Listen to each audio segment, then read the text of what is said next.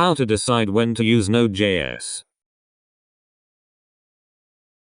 I am new to this kind of stuff, but lately I've been hearing a lot about how good Node.js is. Considering how much I love working with jQuery and JavaScript in general, I can't help but wonder how to decide when to use Node.js. The web application I have in mind is something like Bitly. Takes some content, archives it.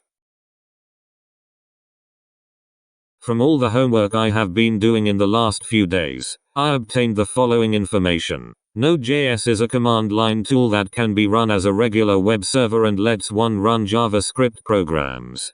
Utilizes the great V8 JavaScript engine. Is very good when you need to do several things at the same time. Is event-based so all the wonderful Ajax-like stuff can be done on the server side. Lets us share code between the browser and the backend.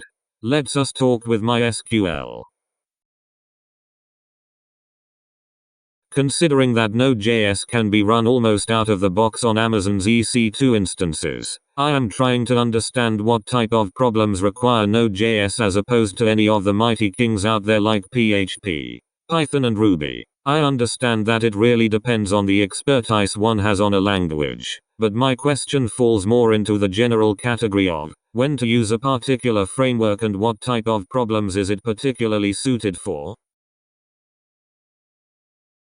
My feeling is that Node.js is especially suited for applications where you'd like to maintain a persistent connection from the browser back to the server. Using a technique known as long polling, you can write an application that sends updates to the user in real time. Doing long polling on many of the web's giants, like Ruby on Rails or Django, would create immense load on the server, because each active client eats up one server process. This situation amounts to a tar pit attack.